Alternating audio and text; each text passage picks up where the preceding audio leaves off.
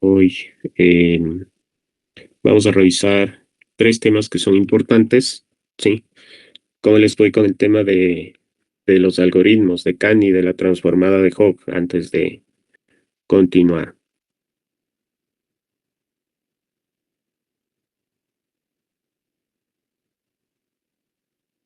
¿Quién nos comenta?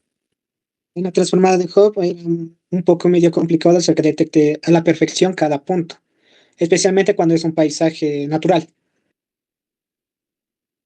Tocaba ajustar los parámetros individualmente para que se ajuste.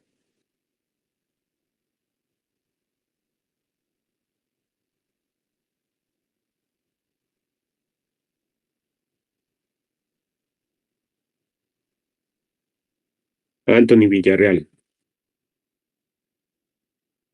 Sí, jefe.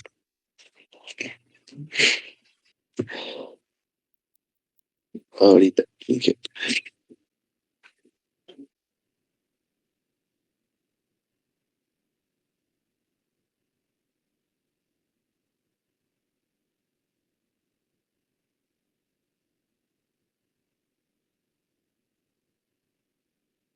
Anthony.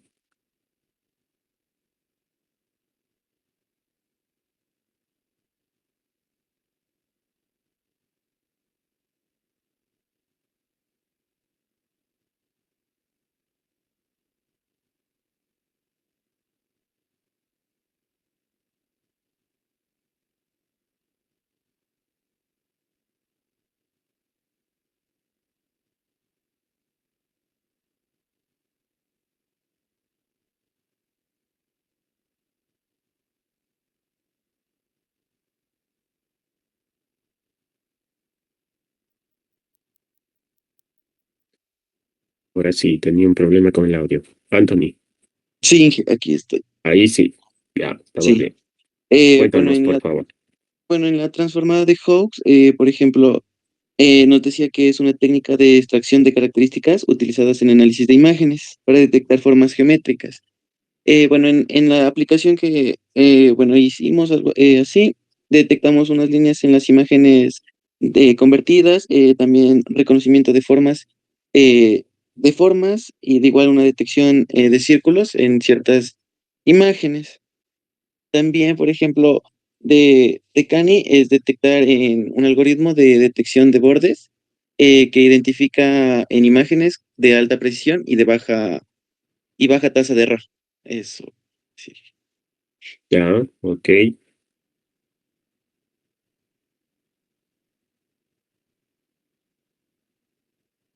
Vamos por acá. O sea, al final.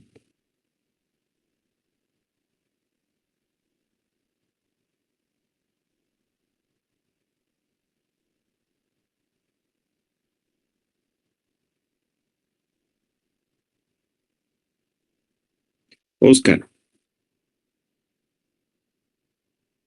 que coméntanos, por favor. de la transformada de Hawk, sí, para detectar formas geométricas de una imagen, líneas, círculos, elipses, de lo que hicimos nosotros el algoritmo, pues le hicimos que se prenda la cámara y pues ahí detectó pues también líneas, los círculos, también podía detectar formas geométricas, se tomó una foto de la puerta y pues detectó que era, tenía los cuadrados y así. Ya, gracias. Samira, con Cani, que pudieron identificar ustedes.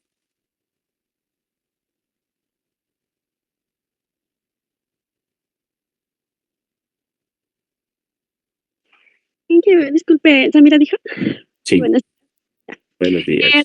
el detector de Cani logra una gran exactitud en la detección de bordes debido a que su procesamiento se lleva a cabo en varias etapas, tales como el filtrado, la determinación en gradiente y moralización adaptiva.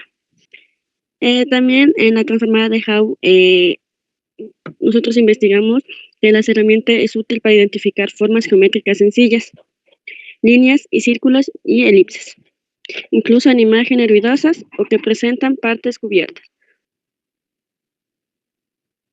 Ok. Bueno, gracias, chicos. Finalicemos con el tema de la segmentación. descriptores y continuamos trabajando asimismo con algunos algoritmos, ¿ok? Entonces, veamos rápidamente. La ventaja de poder cambiar esta forma de trabajo es que ustedes ya llegan con conocimiento de la experimentación, ¿sí? Ya ustedes realizaron la consulta de qué es el algoritmo, cómo trabaja, y acá solamente complementamos lo que ustedes ya revisaron, ¿ok? Entonces, veamos el siguiente video y pasamos a complementar con algo de teoría, ¿ok?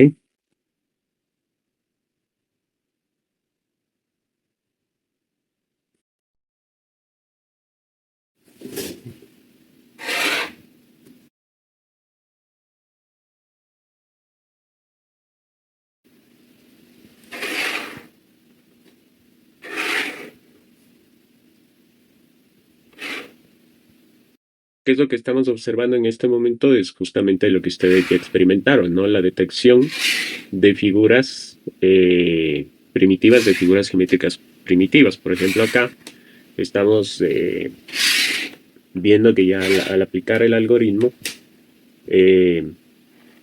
está identificando características propias de monedas. Sí, miren, incluso ahí hay una moneda que dice que no lo es, pero no sé si es porque no lo está identificando o simplemente no se trata de una moneda, pero el resto identifica de acuerdo al tipo, ¿no?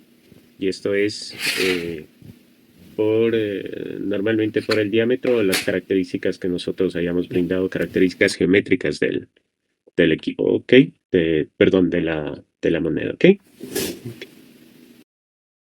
Bien, como ustedes bien lo manifestaron, sí, bueno, me van a disculpar que desde el día de ayer, luego de la lluvia, el internet está un tanto complicado, así que voy a trabajar sin cámara, ¿ok? Entonces, lo que habíamos analizado ya rápidamente con ustedes, la segmentación, ¿sí? Que lo que me permite es diferenciar elementos propios dentro de una imagen, ¿no?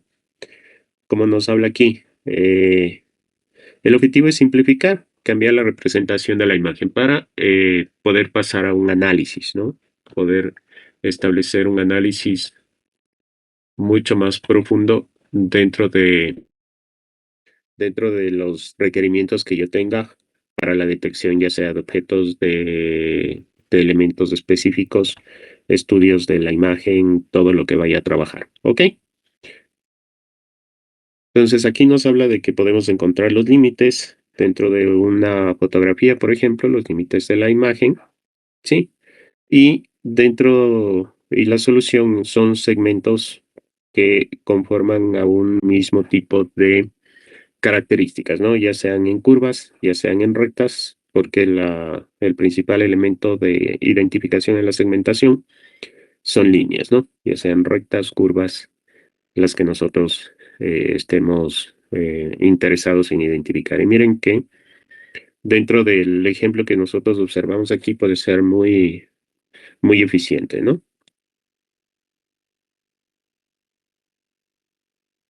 Bien. Aquí nos habla de discontinuidades, que son uno de los elementos base para la identificación de la segmentación, ¿sí? Y trabaja mucho con el cambio de llevar una imagen de color a escala de grises, ¿no? Entonces, eso es lo que nosotros trabajamos principalmente en los elementos de discontinuidad, ¿ok? ¿Qué es lo que también nosotros identificamos cuando estamos trabajando en segmentación? Es el identificar elementos similares, ¿no? Que normalmente se lo conoce como umbralización en algunos casos, ¿sí? Dentro de los algoritmos que nosotros vamos a trabajar, por ejemplo, está el algoritmo MINS, ¿sí? A través de una clusterización, métodos basados en histograma, detección de bordes, crecimiento de regiones, particionamientos, ¿sí? Transformación divisoria y método de umbralización, que es otro de los métodos muy comunes dentro de. ¿Ok? Si desean ustedes, por favor, realicen una captura de esta diapositiva, que es lo que nosotros vamos a trabajar en los siguientes algoritmos, ¿no?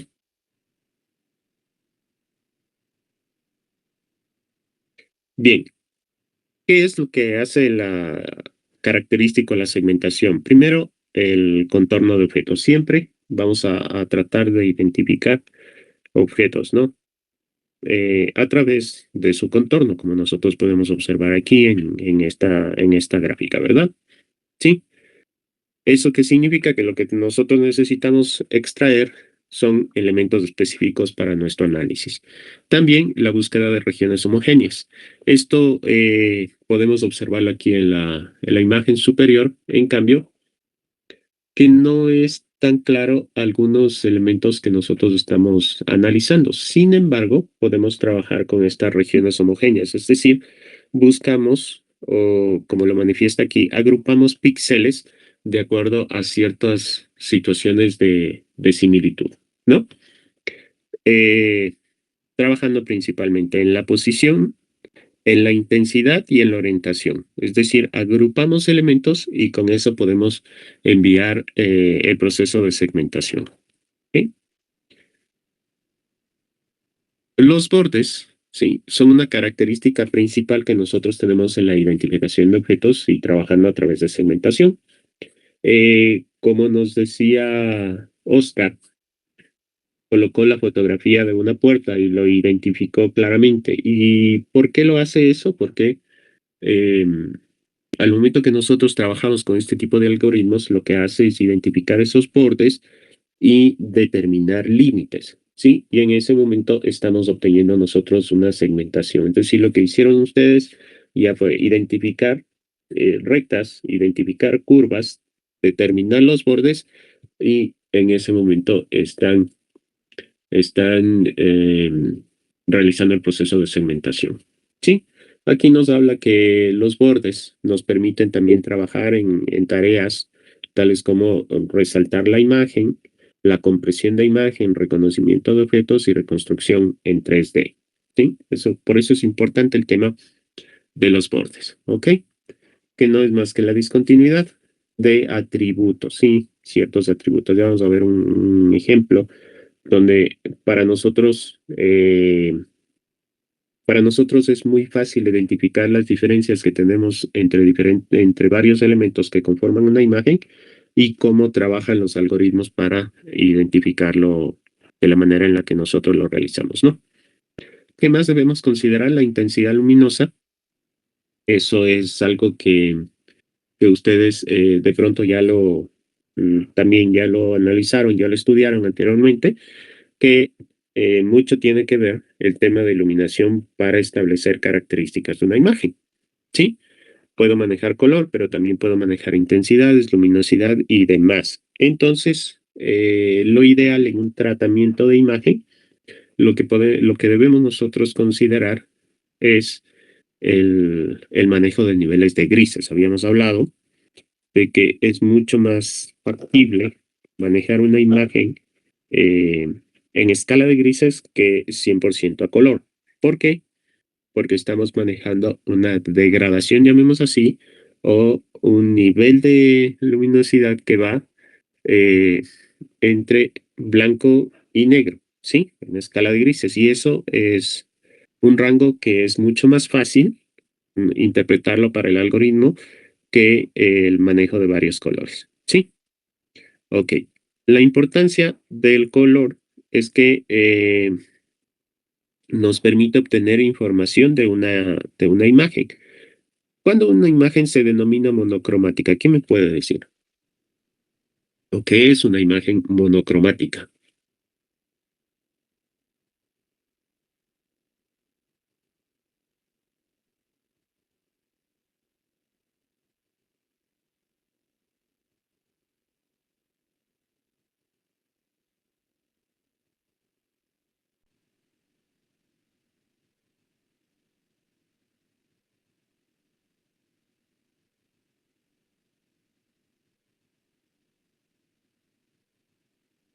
¿O qué significa el término monocromático?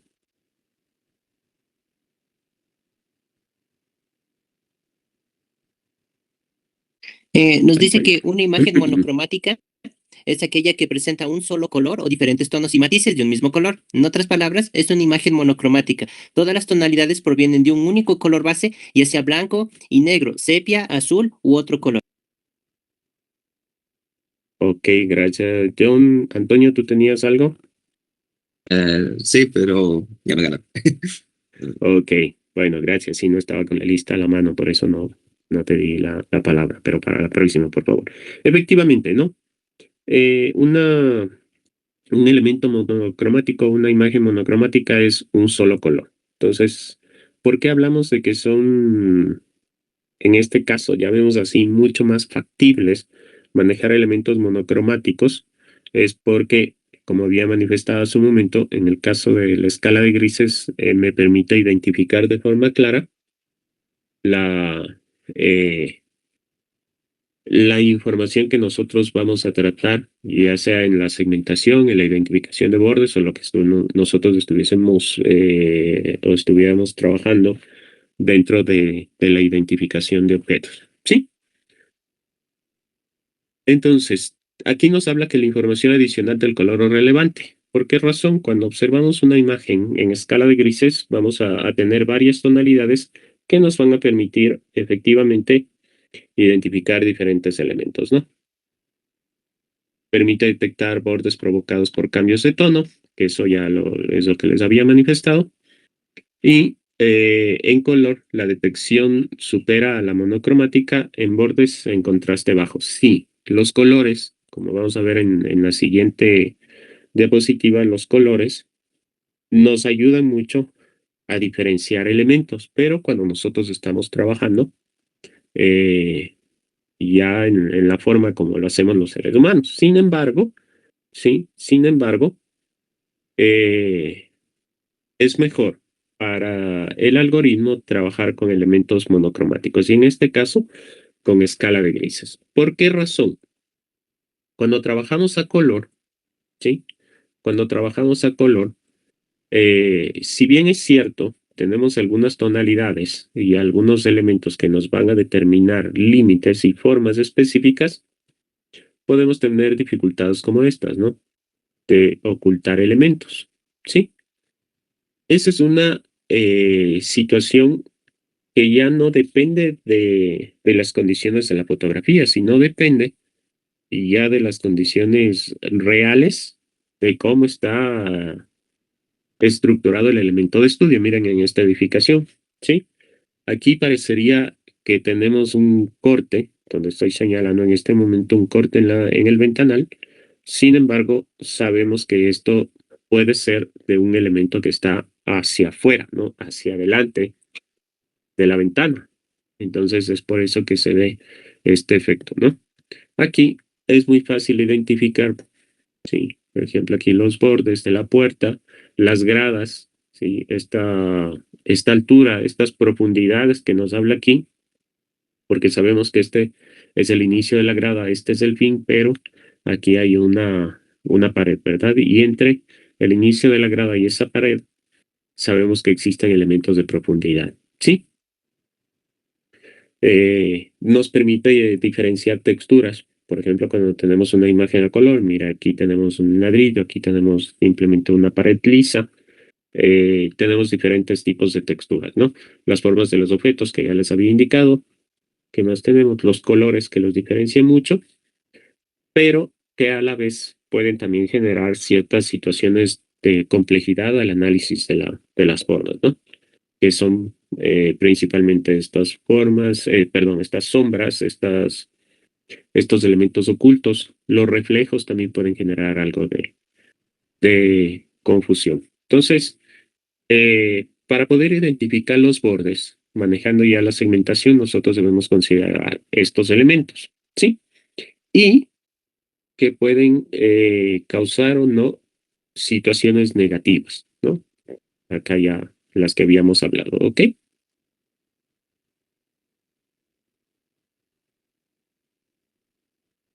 Bien, como les decía, una ventaja de tener de realizar la conversión más bien a imágenes monocromáticas es justamente esto, ¿no? Que son los tipos de identificación de, no sé si llamarlo color, más bien una variación en la escala de grises, ¿sí? Donde aquí puedo identificar un borde. Si no estuviese señalado igual, podría identificarse, ¿no? Porque tenemos un cambio de tonalidad en gris. Entonces, ahí me indica que existen diferentes elementos, diferentes objetos. ¿Sí? Eso es lo que me permite manejar la escala de grises.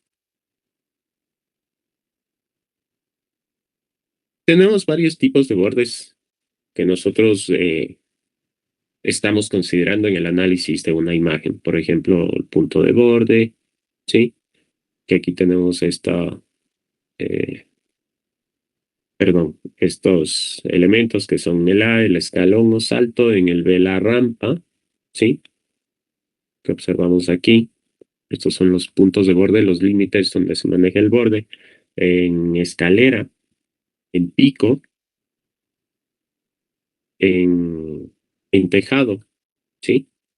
Etcétera. Entonces, esos son los que tenemos nosotros en los diferentes tipos de manejo de bordes, ¿sí? Miren lo que nos habla aquí, que la mayoría de algoritmos han sido diseñados para bordes de tipo salto o escalón, ¿sí? Es decir, no tienen una configuración muy avanzada para poder realizar detecciones en elementos que no tienen una configuración uniforme, ¿sí? Pero gracias a cómo hemos ido avanzando en la aplicación de la inteligencia artificial, podemos ya identificar curvas, como ustedes lo pueden haber notado en el ejercicio que se hizo la clase pasada, ¿sí? Entonces, ¿qué es lo que vamos a trabajar para la identificación de bordes? Primero, suavizar la imagen, es decir, atenuar el ruido, bajar situaciones que puedan afectar a la imagen, ¿sí? Acá nos habla de calcular las derivadas de la imagen. No sé si alguien se percató del trabajo matemático que realizan este tipo de ejercicios, que es algo que ustedes deben analizar. ¿Cómo está la parte matemática en la identificación, en el trabajo de los diferentes algoritmos que nosotros vamos a ir estudiando, ¿sí? O con los que se va a ir experimentando, más que la aplicación de la inteligencia artificial, la aplicación de los elementos matemáticos que son importantes aquí. La identificación de bordes reales y la supresión de bordes falsos, ¿sí? Vamos a suponer que este es un elemento que nosotros vamos a analizar y vamos a tratar de segmentar. Entonces, cuando hablamos de bordes falsos, estamos hablando de lo que estoy señalando con el puntero en este momento. Estos bordes son los que nosotros debemos eliminar y llegar a identificar la imagen, llamemos así, lo más pura posible, ¿no? Que no tenga ningún tipo de elemento que le pueda afectar o que pueda complicar el análisis a través de la segmentación. Entonces acá tenemos también los ajustes paramétricos, las morfologías matemáticas, el análisis de texturas, que vamos a ver más adelante, teoría de conjuntos borrosos, ¿sí? Estos ya son técnicas propias de inteligencia artificial, elementos borrosos, redes neuronales y algoritmos genéticos, que ya son aplicaciones un poco más complejas de inteligencia artificial. Ok, ¿para qué suavizo yo la imagen?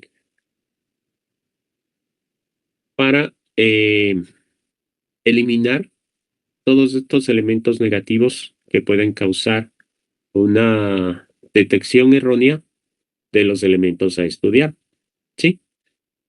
¿Dónde ustedes pueden observar que está más complicado realizar la detección? Tal vez en estos dos elementos que estoy yo eh, señalando en este momento, ¿sí? Esto es la imagen de una vértebra. Y si ustedes observan, En la parte izquierda tiene ruido y acá lo que tenemos es aplicado una herramienta de suavizado para que los bordes puedan revisarse de forma adecuada y por supuesto se pueda realizar un proceso de segmentación como nosotros eh, requiramos. ¿Ok? Habíamos hablado de que los bordes pueden identificarse de forma geométrica, rectas, curvas, sí, a través de uniones, esquinas.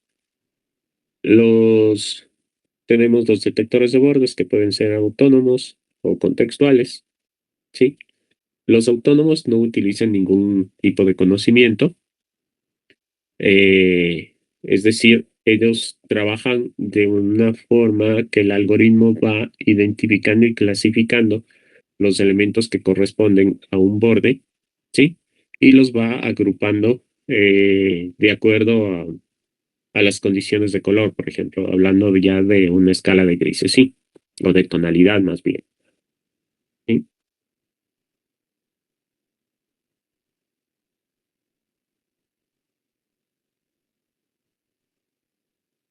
Ok, y los contextuales tienen ya ciertas situaciones de límite que me permite identificar los elementos que estamos analizando, ¿sí?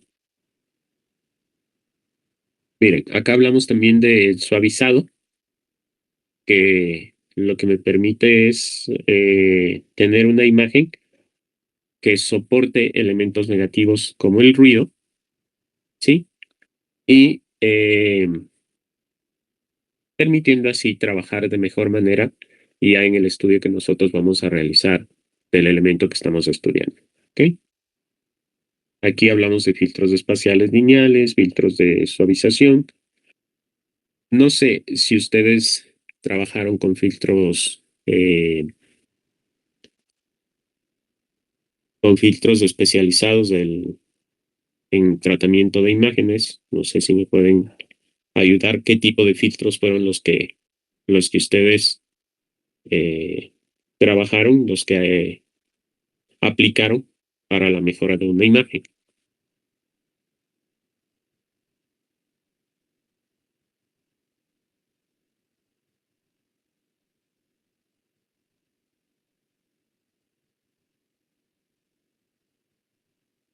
No sé si alguien me pueda comentar, por favor.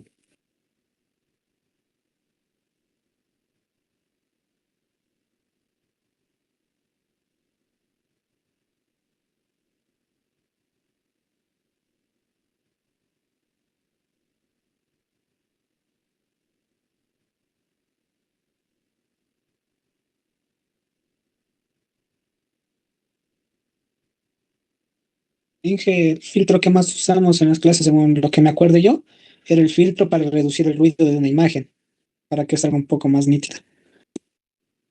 Ya, pero métodos específicos de pronto.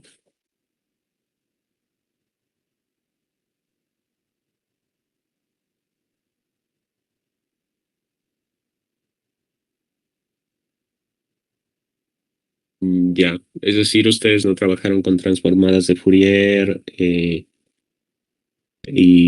elementos como los que están en la diapositiva anterior, en filtros Gaussiano creo espaciales que de me diría que suavización. era. ¿Perdón? El filtro gaussiano, más o menos. Pero eso solo lo vimos en una clase de cómo se aplica y todo eso. Ya, bueno, entonces vamos a tratar de ver cómo podemos aplicar filtrado, ¿sí? Para luego entrar ya a fondo lo que son análisis de las imágenes, ¿ok? Entonces vamos a buscar información para poderles compartir. Ok, gracias chicos por su colaboración. Ok. Entonces, bueno, una vez realizados los elementos de suavizado, entonces lo que podemos hacer es buscar diferentes elementos, más bien diferentes alternativas que me permitan diferenciar la imagen o elementos dentro de una misma imagen a través de un análisis de bordes. Uno de ellos, y muy característico, son los cambios de intensidad. Fijémonos en las imágenes que tenemos aquí, ¿sí? Tenemos si bien es cierto, tenemos un blanco que contrasta con grises, ¿sí? Me permite establecer ya diferencias eh, dentro de un mismo elemento para poder establecer si se trata o no de límites, ¿sí?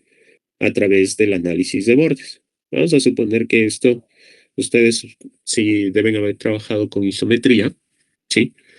Y cuando nosotros observamos desde elementos frontales o desde la parte superior, que nos decían, ¿no? Nos daban imágenes o gráficos similares a estos. Entonces, ¿cómo podíamos diferenciar si era, vamos a, quiero que se imagine en su cabeza una grada, ¿sí? Y podemos diferenciar los escalones. Lo que hacíamos es de esta manera, ¿no? Desde la vista superior. Es decir, aquí tenemos un elemento, una grada, esta la otra grada y esta puede ser una tercera y lo mismo acá. ¿Sí? ¿Cómo podemos identificar? A través del cambio de intensidad en la escala de grises. ¿Ok?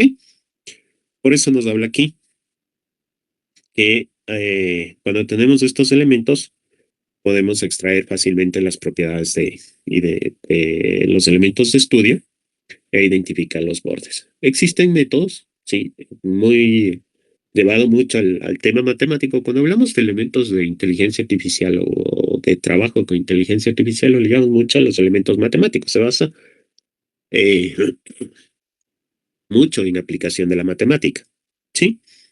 Entonces tenemos las derivadas de primer orden o derivadas de segundo orden, ¿sí? Y también con criterios de optimización matemática, por supuesto.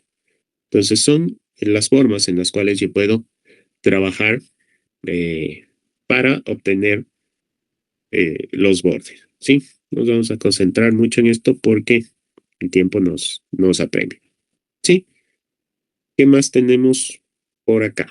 Tenemos el ejemplo de de cómo matemáticamente se aplica la identificación de los elementos a través de la aplicación de bordes con lo que habíamos hablado anteriormente, ¿cierto? Y bueno, nos queda un poco para estudio, ¿no? Esto es lo que básicamente va trabajando muchos de los algoritmos para poder obtener los elementos dentro de diferentes clasificaciones, ¿no? Aquí hablamos de derivadas, elementos laplacianos y demás, que ya nosotros lo vamos a llevar directamente a la aplicación. Pero repito, no está por demás que ustedes realicen un análisis de cómo están los elementos matemáticos trabajando. ¿Ok? Bien, otra de las características muy frecuentes para elementos que necesito yo tratar la imagen previamente para identificar bordes son los operadores laplacianos, ¿no? Viene de elementos matemáticos que lo que me permiten es, miren, a pesar de que la imagen en escala de grises es bastante, eh, no sé si el término correcto es nítido, se puede observar claramente, ¿sí? Cuando aplicamos los elementos laplacianos, lo que obtenemos son bordes claramente identificables, ¿sí? Sin embargo, si nosotros observamos aquí, eh, acá tenemos esta parte que está un tanto ya tendiendo a blanco, ¿sí? Miren cómo nos genera este borde aquí. La nariz, en la punta también, tenemos aquí estos elementos en grises, ¿sí? El suavizado entonces nos brinda esas ventajas, poder identificar líneas que pueden determinar con bordes. Pero miren, ¿qué nos dice aquí? Que al aplicar elementos operadores laplacianos, podemos llegar a suavizar mucho la imagen y que hay líneas que se pueden perder. Y efectivamente nosotros observamos aquí esta situación, ¿no? Ese efecto de pérdida en elementos que no son tan bien diferenciados o en los bigotes, ¿sí? En la imagen original, miren, se identifican los bigotes, pero en la imagen generada por el operador laplaciano tenemos ya cierto grado de pérdida. ¿Ok? Bueno, aquí nos habla de las ventajas y desventajas de los operadores laplacianos. ¿Por qué no trabajamos en esto? Porque uno de los elementos que son más robustos para trabajar con identificación de bordes es justamente el que ustedes ya identificaron, el algoritmo de Canny, ¿sí? Porque maneja tres características principales. Una detección bastante buena, bastante adecuada, muy robusto, en especial cuando tenemos presencia de ruido en la imagen. Es muy eficiente el manejo de Canny, ¿sí?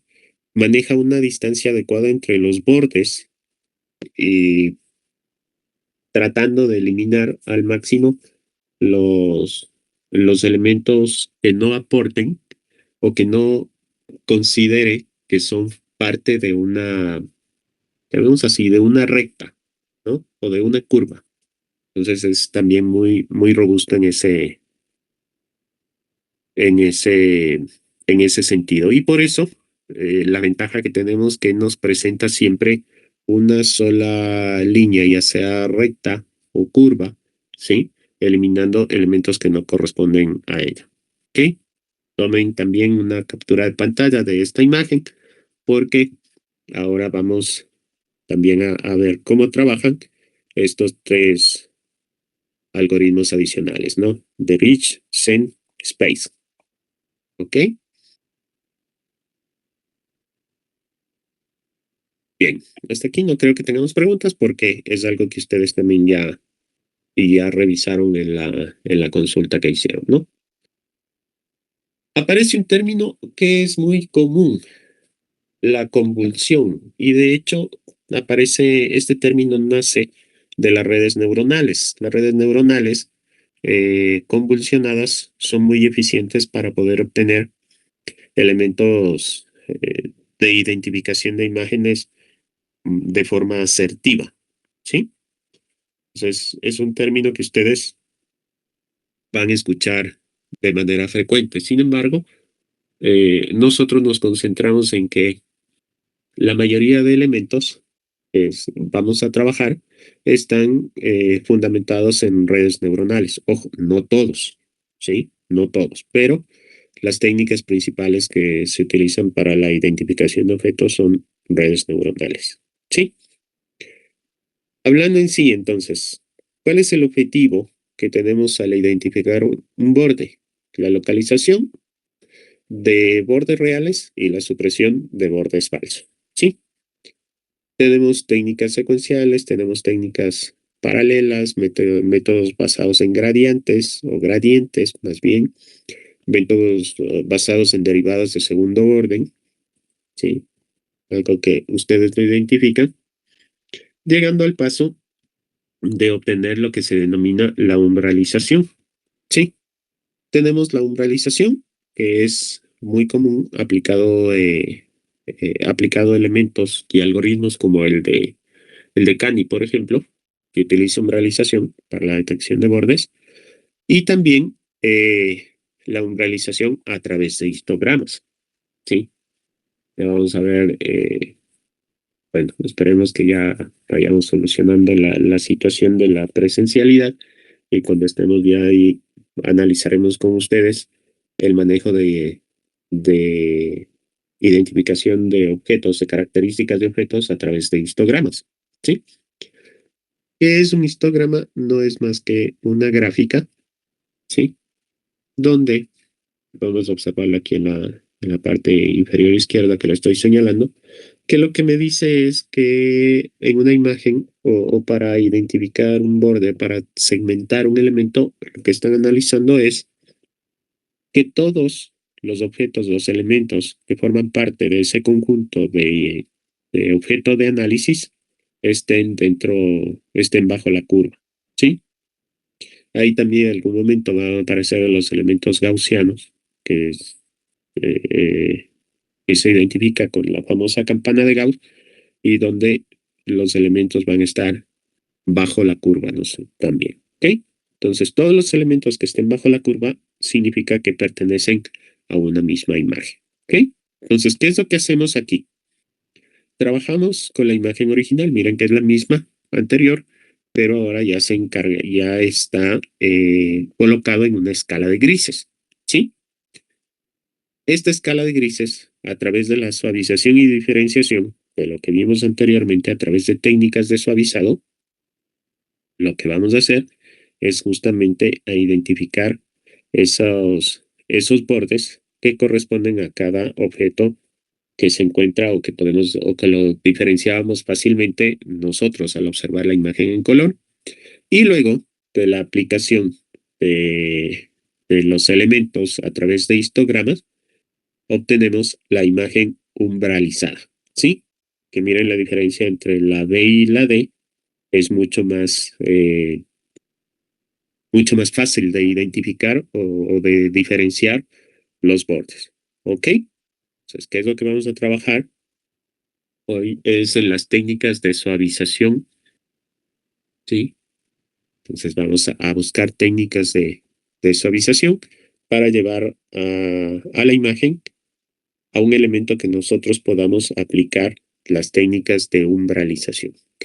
Entonces, miren, tenemos la imagen, tratamos la imagen y luego trabajamos con elementos de segmentación, ¿ok?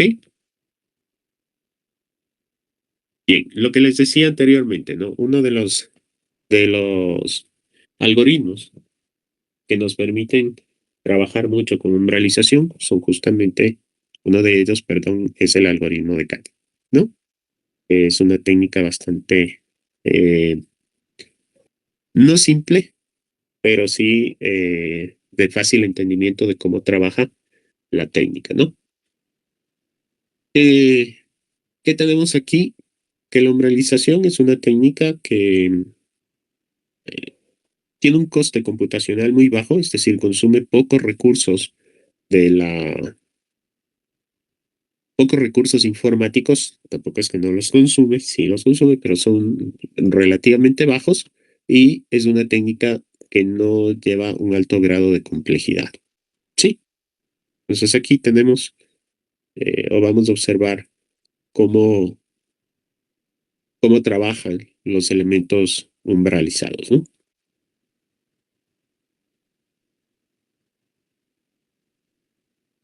Bien, la detección de bordes en color de pronto ya es, para nosotros, es un tanto más simple, pero para ya el manejo de un algoritmo suele ser una situación un tanto más compleja, ¿sí?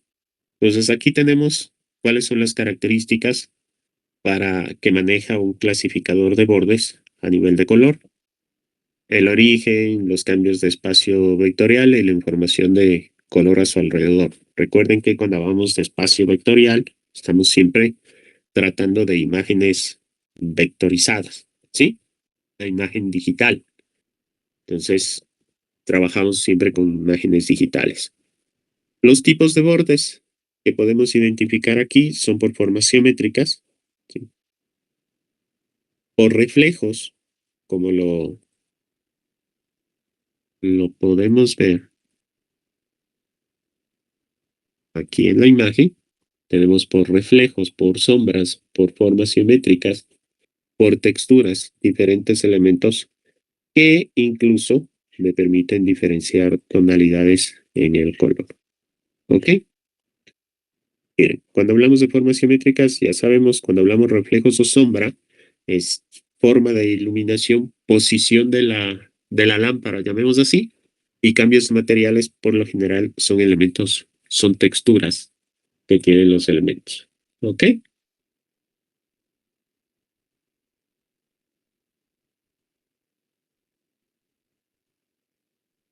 Bien,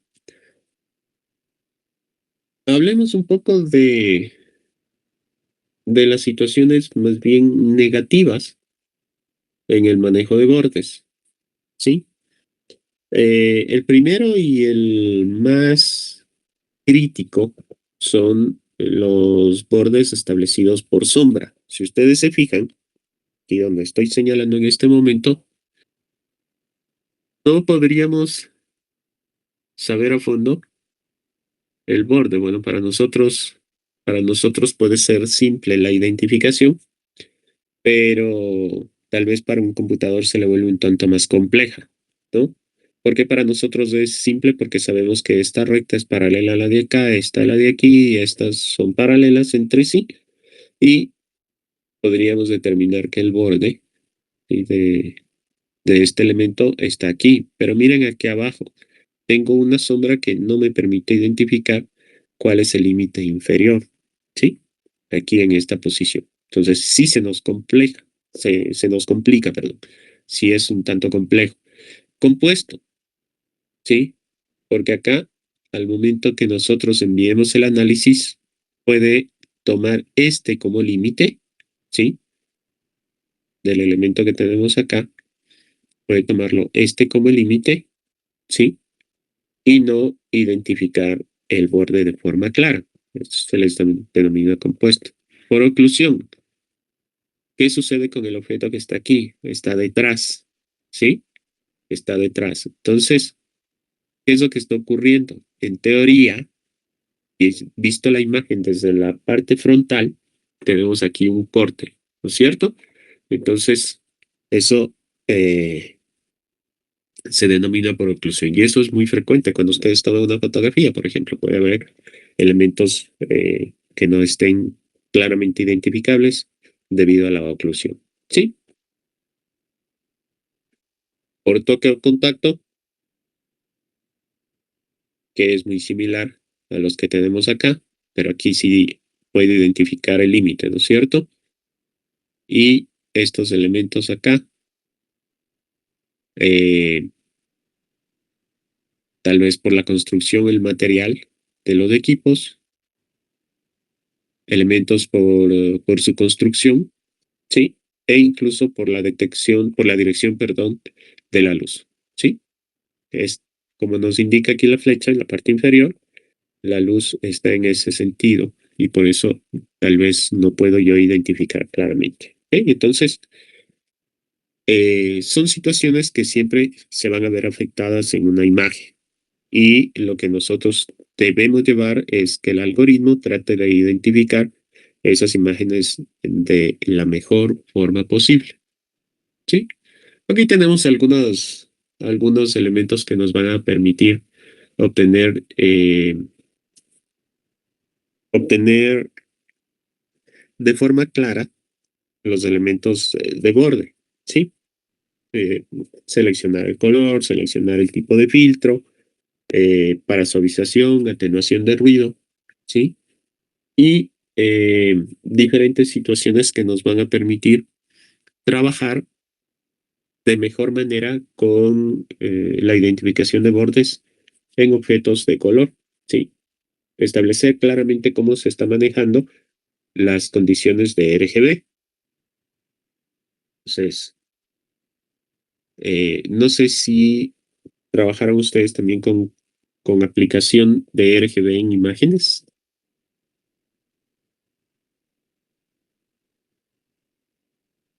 Es decir, modificar, Inge, sí, en mi caso, nos había pedido el ingeniero el anterior semestre que utilicemos un programa hecho en Python que identifique los colores mediante RGB o otro interfaces de color. ya. Entonces sí trabajaron ustedes con elementos de RGB, o sea, cambios de, de RGB o eliminación, por ejemplo, del rojo, del verde, eh, del azul en una imagen.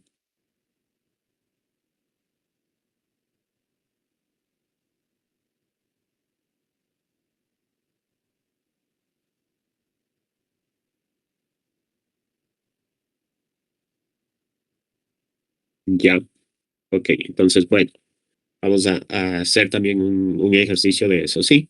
Por favor, me lo recuerdan cuando retornemos para poder, poder proporcionarles los elementos que ustedes necesitan para que vayamos jugando un poco con imágenes y ustedes vayan experimentando también los elementos de RGB, ¿no? O sea, poder realizar esas modificaciones de RGB a través de código, porque sí, ustedes me van a decir, no, en mi monitor yo puedo realizar, dependiendo, hay monitores que me permiten, ¿no?, establecer sin necesidad de herramientas adicionales, porque hay herramientas que nosotros conocemos que que simplemente yo puedo bajar completamente el rojo, el verde, el azul y empieza a cambiar las tonalidades de colores. Eso puede ser en televisores, en monitores específicos, a través de software, pero a través de programación para también un poco ir jugando con eso, ¿sí?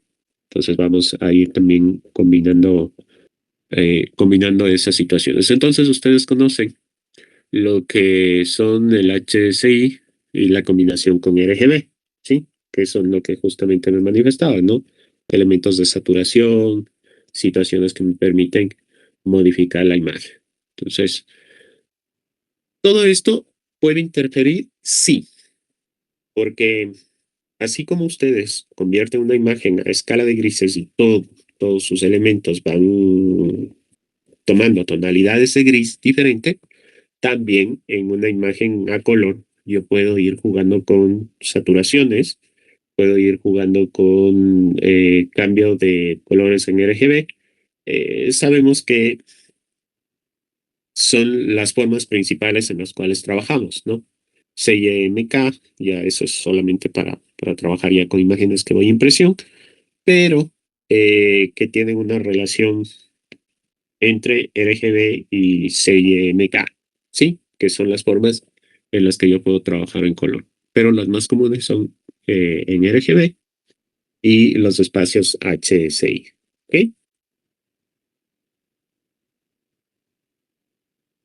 Miren lo que tenemos aquí, que las imágenes a color pueden contener ruido y de hecho actualmente puedo tener una imagen con, con mucha saturación de ruido, ¿sí?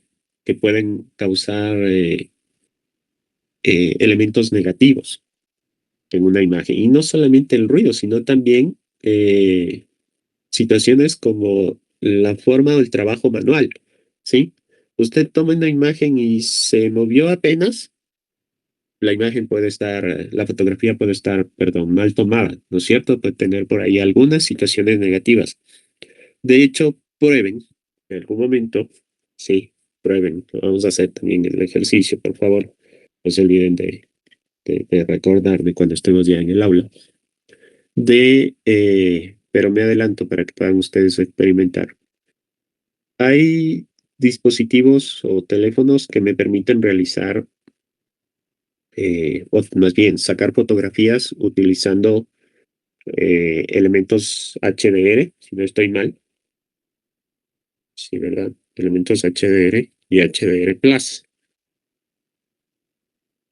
Esos elementos HDR y HDR Plus tienen características particulares cuando ustedes realizan la captura de la imagen.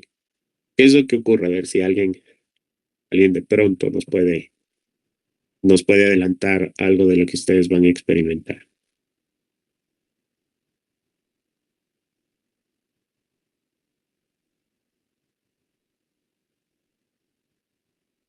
El HDR es como el formato RAW que permite captar más información de todo el alrededor para que en postproducción se pueda editar o ver los colores, quitar, agregar colores. Ya, en sí es una mejora considerable, ¿no es cierto? A la imagen, al video. De hecho, los videos de HDR tienen una altísima resolución y pues son los que actualmente mejor trabajan. Pero, gracias, Vladi. ¿Cuál es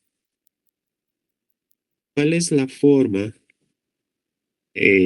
o no sé, qué me pueden comentar de, de negativo al realizar una fotografía en HDR? Porque su compañero ya nos planteó lo positivo. Ahora lo negativo en un HDR. Y si no tiene, a ver, vamos a darles tiempo. 1 minuto para ver qué sucede tomando una fotografía HDR. Ya hagamos la experiencia hoy mismo.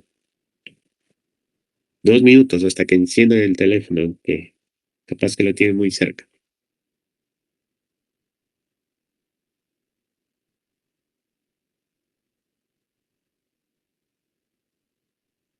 Me comentan qué de negativo puede tener un HDR.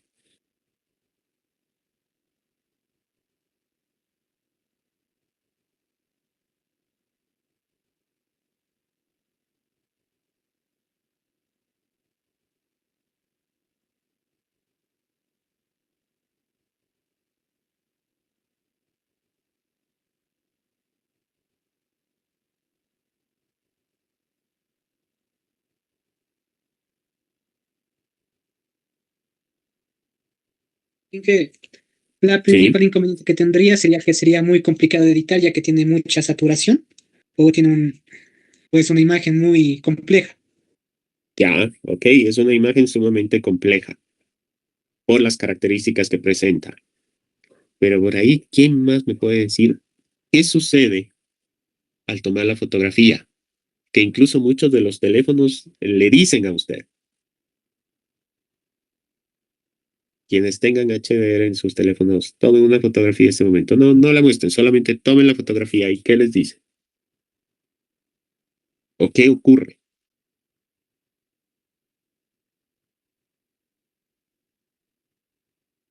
Si desean, tomen una fotografía en condiciones normales.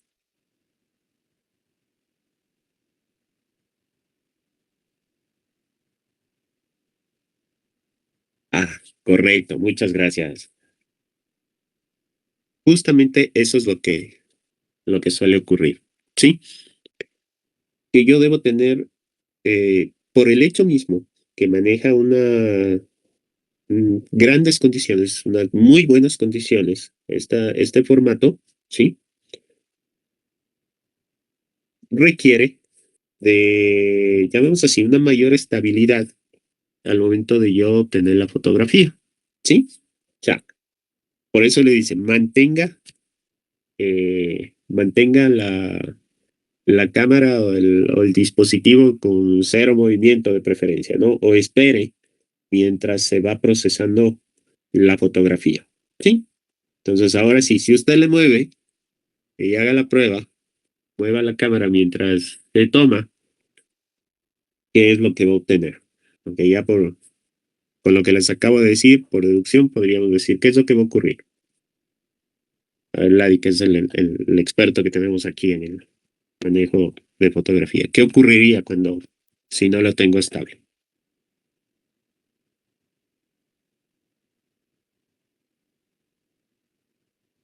Pues en sí la imagen no va a captar los detalles de fondo y por ende se va a bajar la calidad y no vamos a poder tener un buen reconocimiento de la imagen.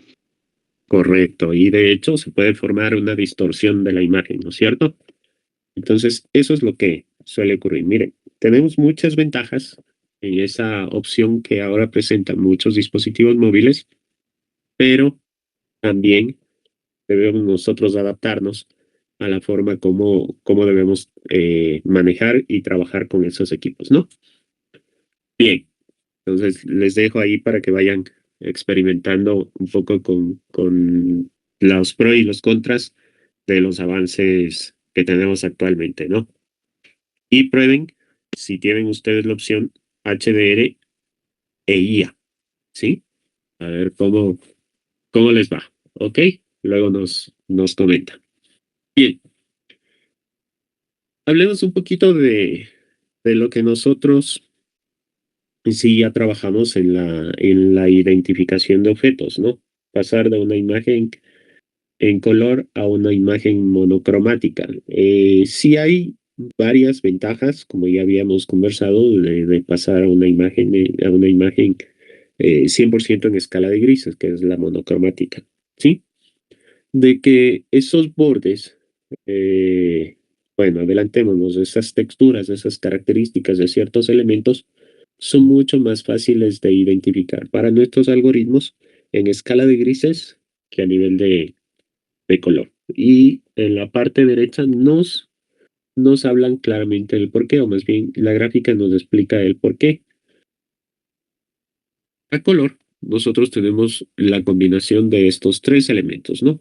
El color rojo, verde y el azul, ¿ok? Como es una combinación o es una composición, ¿sí? Al momento que nosotros pasamos a una escala de grises, lo que estamos realizando es una reducción, ¿sí? Una reducción y pasar a una imagen monocromática. ¿Cómo obtengo el color negro, por cierto?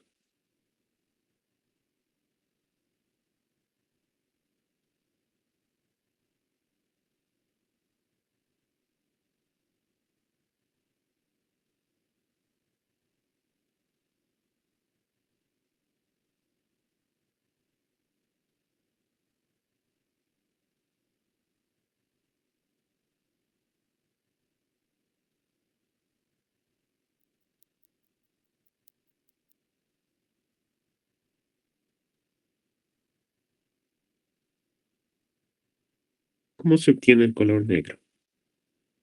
Era combinando los colores, ¿sí? Con los colores, bueno. ¿Combinación de colores? Ya, ok. Iluminación más combinación de colores. ¿Y el blanco?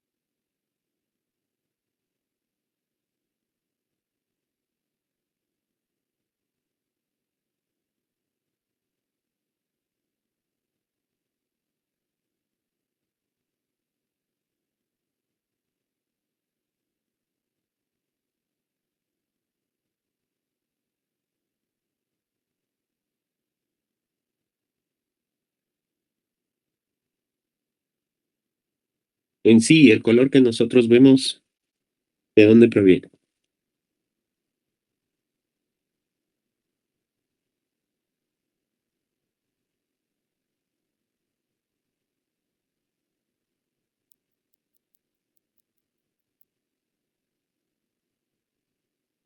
Viene a partir del RGB, ajustando diferentes tipos de tonos o tonalidades que tiene diferente color para agregar sus derivados. Ya, pero en sí los colores que nosotros observamos, ¿por qué podemos observar colores? A ver, Por la luz. Por la luz que emite el sol. por la luz que emite el sol, es decir, pero si en la noche también observamos colores. ¿Es porque cada uno tiene? Sí, sigue, sí.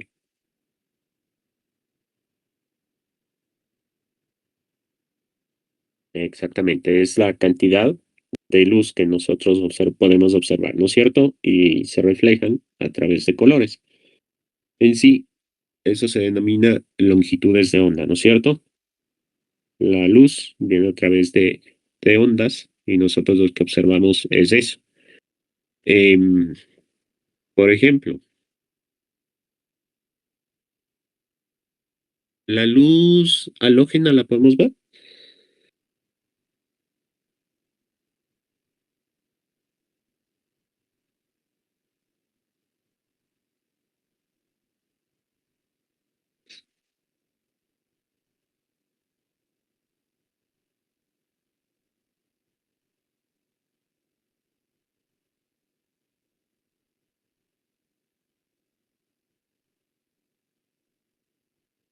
O ya está en un rango fuera.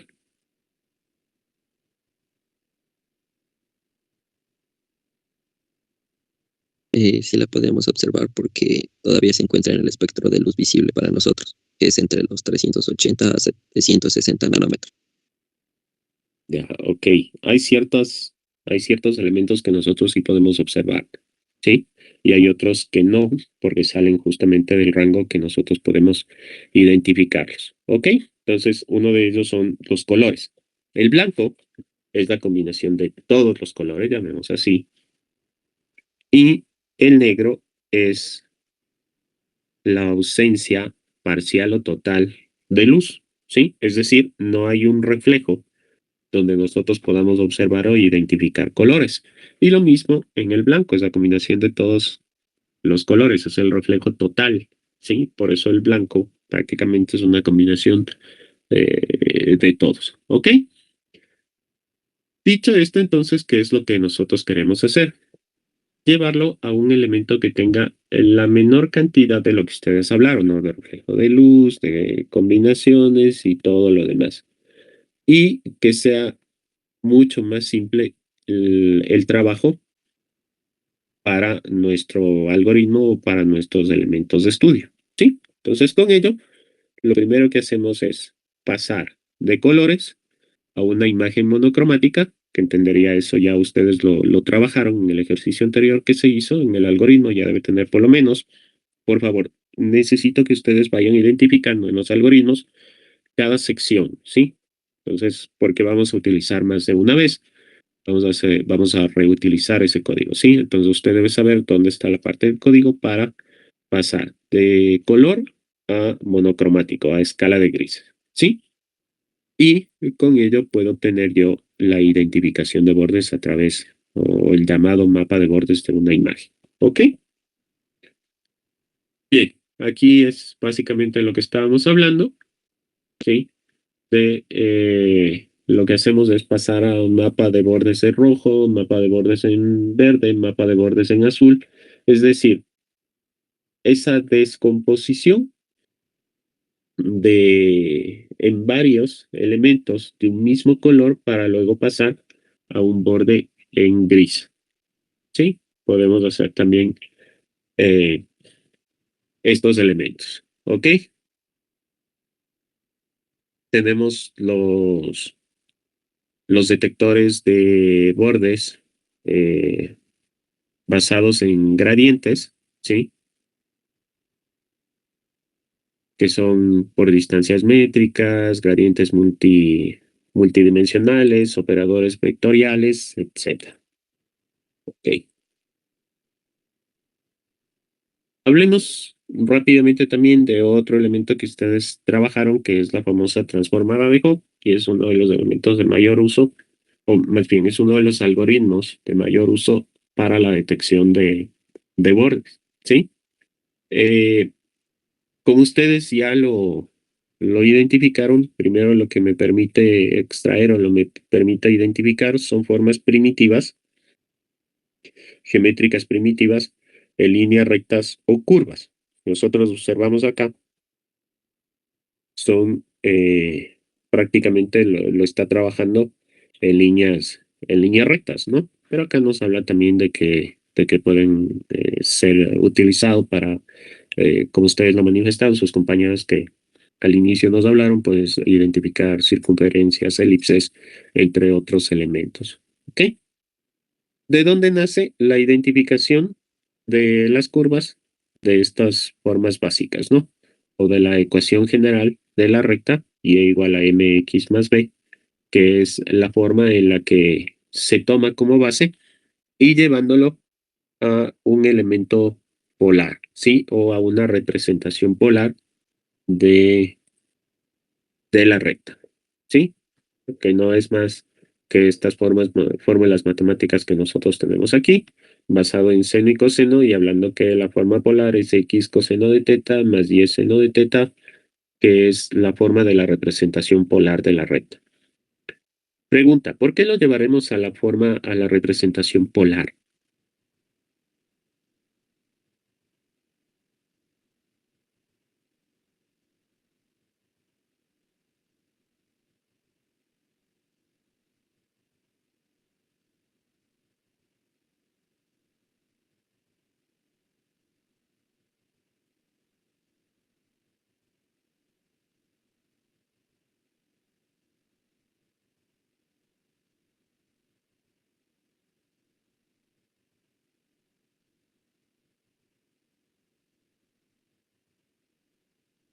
¿Por qué tendremos que llevarlo a una forma polar?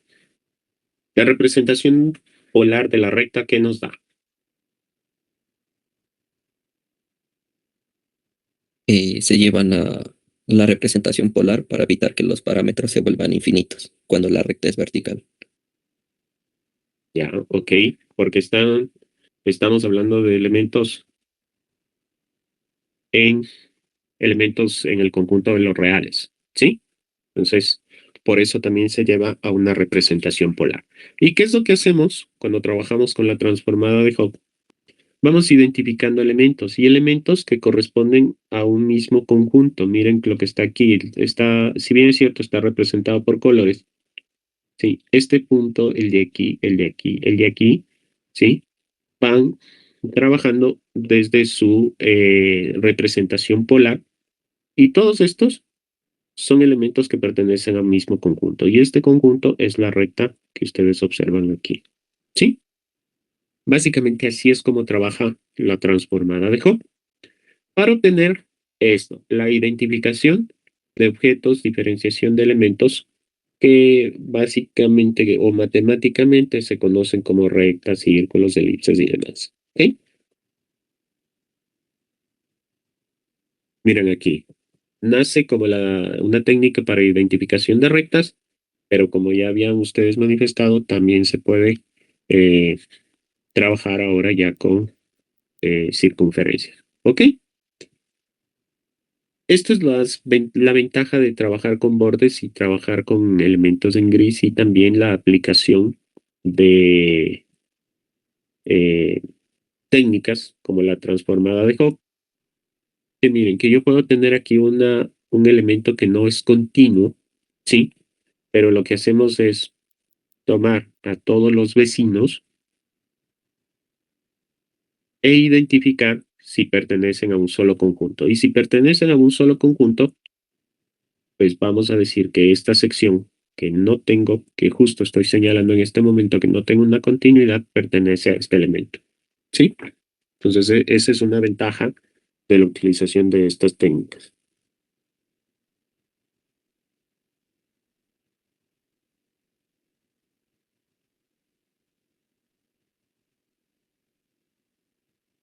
Entonces, miren lo que nos habla aquí, que es una de las ventajas porque permite realizar las agrupaciones de puntos que pertenecen a bordes o a posibles bordes en ciertas figuras, ¿no?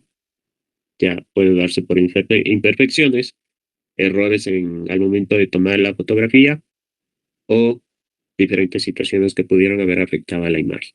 ¿Ok? Aquí tenemos otro ejemplo claro de la aplicación de la transformada de Hopf. Miren que aquí es incluso mucho más irregular estas secciones y tenemos aquí varios cortes. Entonces, al aplicar los elementos polares, vamos a poder identificar si ese objeto que estamos estudiando, el que está señalado o los que están señalados, pertenecen o no a las rectas que están siendo identificadas. ¿Ok?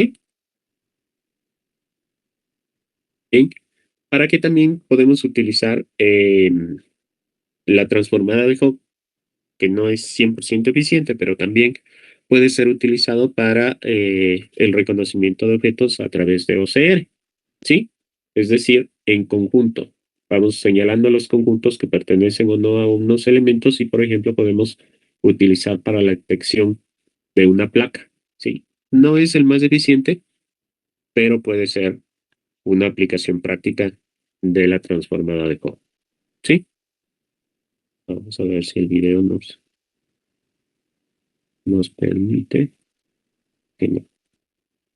Ah, sí. Miren, así es como trabaja la transformada de Hopf.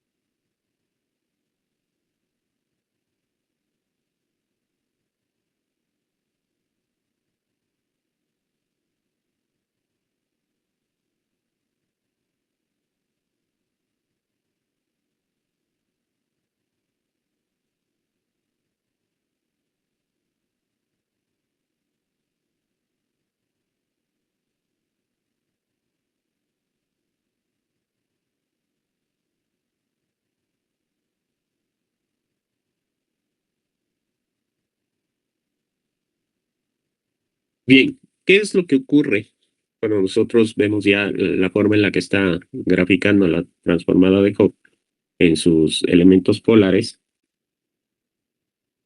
¿sí? A la identificación de objetos? De acuerdo, miren cómo, de acuerdo al conjunto que se va graficando, le va identificando y le va determinando si pertenece o no un elemento a una recta o o alguna línea que corresponda en el análisis, ¿no? Esa es la forma en la que va trabajando básicamente la transformada de Hopf. ¿Ok? Una de las aplicaciones de la transformada es justamente la detección de elementos en carretera a través de visión artificial, que muchos vehículos los tienen ya en la actualidad. Sí, muchos vehículos en la actualidad ya tienen elementos con inteligencia artificial que les permite identificar distancias, objetos en la vía y demás. Entonces, esta es una de las aplicaciones que nosotros podemos tener con esta herramienta.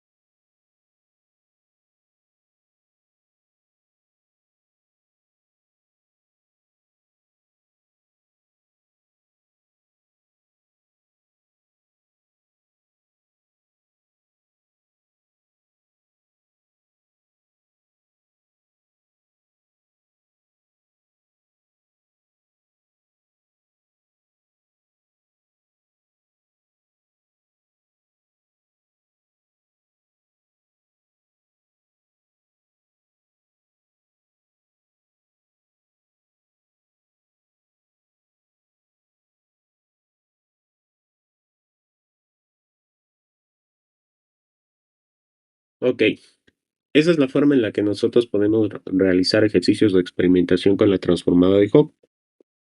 Eh, de hecho, si ustedes se fijaron, no solamente identificaba en la vía, sino también en el camión y en el vehículo que ingresó al parqueadero, también identificó rectas, ¿no? Esa es una forma de aplicación de la transformada de Hopf. Por eso insisto que es uno de los algoritmos utilizados, ¿sí? Dentro de la parte práctica, a pesar de que en la actualidad tenemos también algunos otros elementos que nos aportan muchísimo desde el punto de vista de la experimentación. Bueno, acá vemos cómo básicamente nosotros tenemos que trabajar en el desarrollo del algoritmo. Entonces, lo que les decía, ¿no? Cuando pertenece un punto, cuando el ángulo y la distancia, que es lo que vamos calculando a través de los elementos polares, son similares. Y cuando son similares, significa que están dentro de un grupo o que pertenecen a la recta, ¿no? En este caso, la recta en análisis es la que está en color fucsia, es la que se está analizando y los puntos eh, que están en estudio para verificar si corresponden a no o no son los que están señalados en negro. ¿Ok?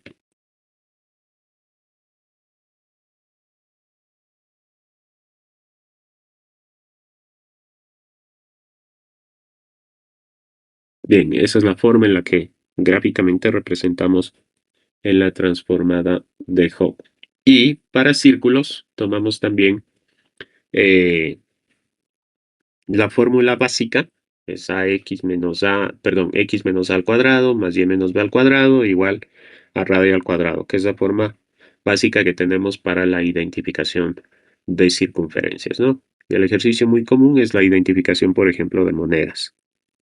Bien, la umbralización, que es la forma también común de segmentación, ¿sí? Este, en cambio, lo que nos permite es extraer también elementos que intervienen en la imagen. Trabajamos, como les decía, a través de elementos de umbrales, ¿sí? Que los umbrales no son más que límites que nosotros tenemos tal vez en la identificación de un elemento, ¿no? Por eso nos habla que aquí, por ejemplo, en esta imagen que tenemos, deberíamos manejar un fondo uniforme y elementos bien contrastados desde la parte de color. Miren, el problema que tenemos aquí, ¿sí? Donde estoy señalando actualmente. Aquí existe, llamemos así, una combinación de objetos que sí causa una cierta situación negativa para la identificación de los bordes, ¿sí? Entonces, ese es una, un problema, tal vez en el manejo de la segmentación. Habíamos hablado también de la segmentación por histograma, que es los elementos que se encuentran debajo de la curva, los que pertenecen al objeto a segmentar.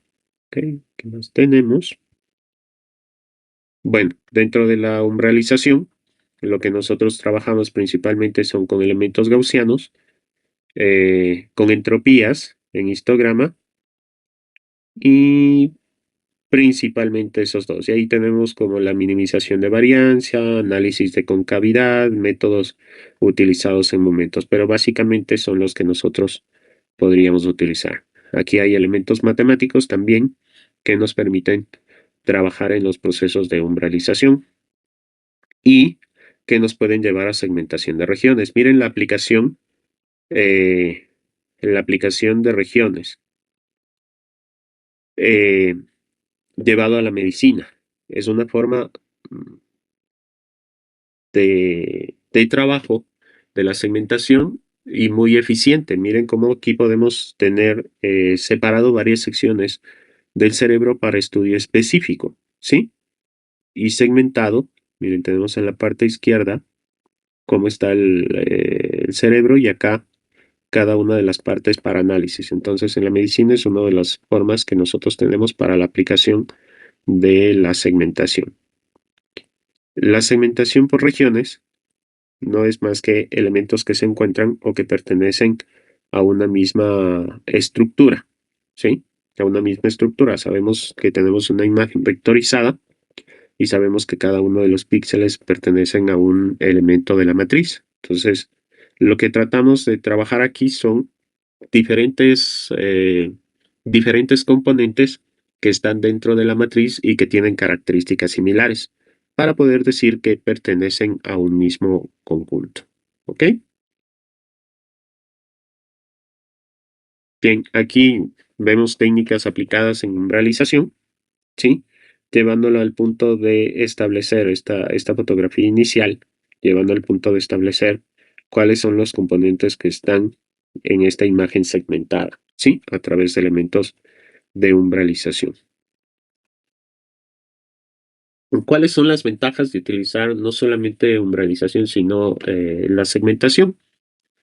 Que pueden separar regiones con propiedades similares, ¿sí? Tenemos elementos claros al momento de segmentar, es decir, podemos tener objetos, características y particularidades que nosotros podemos identificar en objetos de estudio y que nos facilitan justamente al hecho de seleccionar, ¿sí? Un elemento con el cual vamos a trabajar sin necesidad de hacer uso de toda la imagen, ¿sí? ¿Qué más podemos hablar de la segmentación? Que forma parte de la visión por computador y de la visión o de la visión artificial, siendo una etapa muy importante para la determinación de elementos. ¿Puedo yo tener visión artificial solamente con segmentación? Sí. La respuesta es sí. De hecho, es una de las formas muy utilizadas en la visión artificial. Es decir, yo puedo solamente trabajar con segmentación, como vimos en el tema de las monedas, y ya realizar o obtener más bien características de objetos. Es decir, ya puedo yo trabajar en un análisis más profundo simplemente realizando una segmentación. ¿Ok? Computacionalmente caro dependiendo de, como desventaja, dependiendo de las características de mi componente y de las características del algoritmo que yo esté utilizando. Porque ya observamos también que existen algunos elementos que pueden ser beneficiosos desde el punto de vista computacional. ¿Sí? Nos habla acá más bien de estos elementos de umbralización que son muy sensibles al ruido. Sin embargo, en la combinación de varias técnicas para segmentación, podemos nosotros minimizar ese impacto del ruido o situaciones adversas de la imagen. ¿Ok?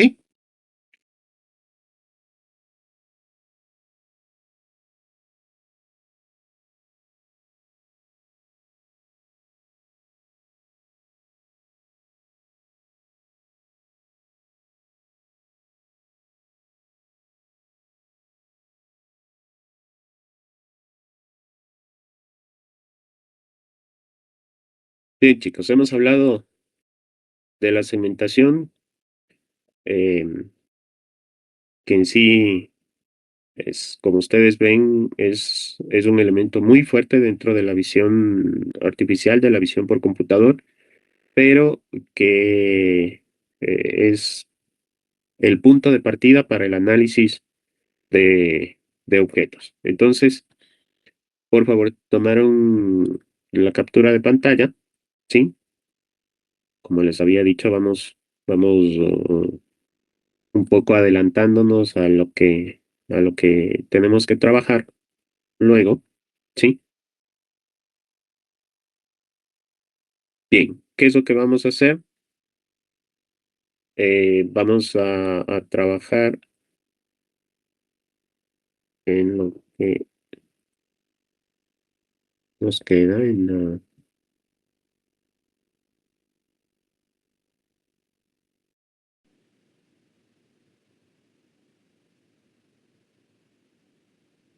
Vamos a revisar estos algoritmos. Dame un minuto para ponerlos en el chat.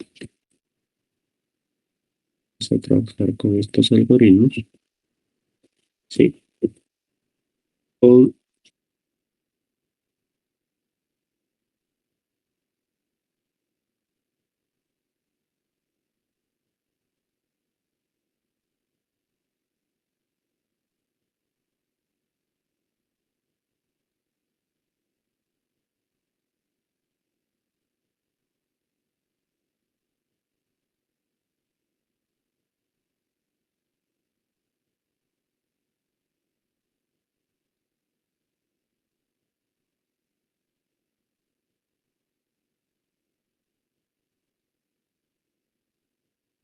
algoritmos, lo que necesito es que por favor trabajen en equipos de 4 personas.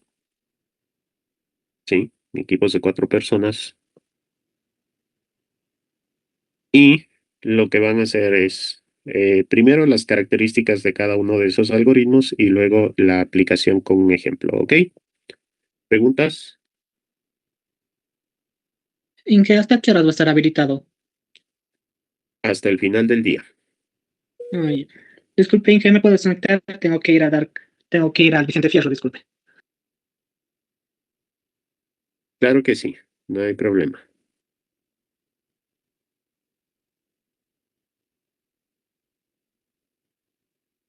Sí, la siguiente semana.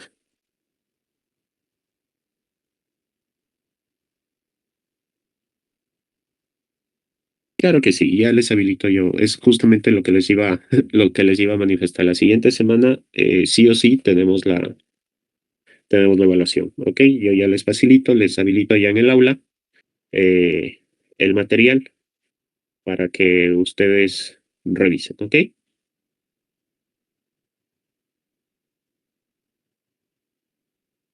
¿Ya? ¿Alguna otra inquietud?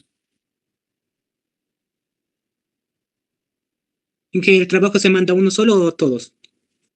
Uno por por cada equipo. Lo que sí, como siempre les indico, no, no se descuiden de incluir a todos sus compañeros en el archivo, ¿ok?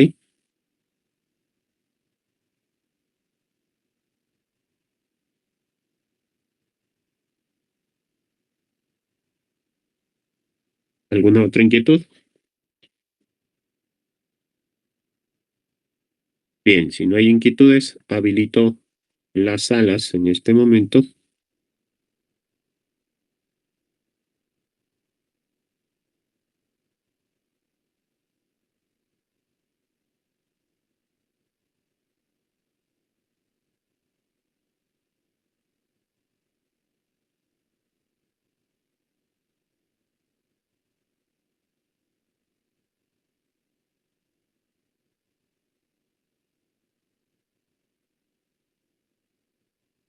Ok, ya están habilitadas las salas para que ustedes puedan continuar trabajando, ¿ok? Cualquier situación nos mantenemos conectados. Gracias.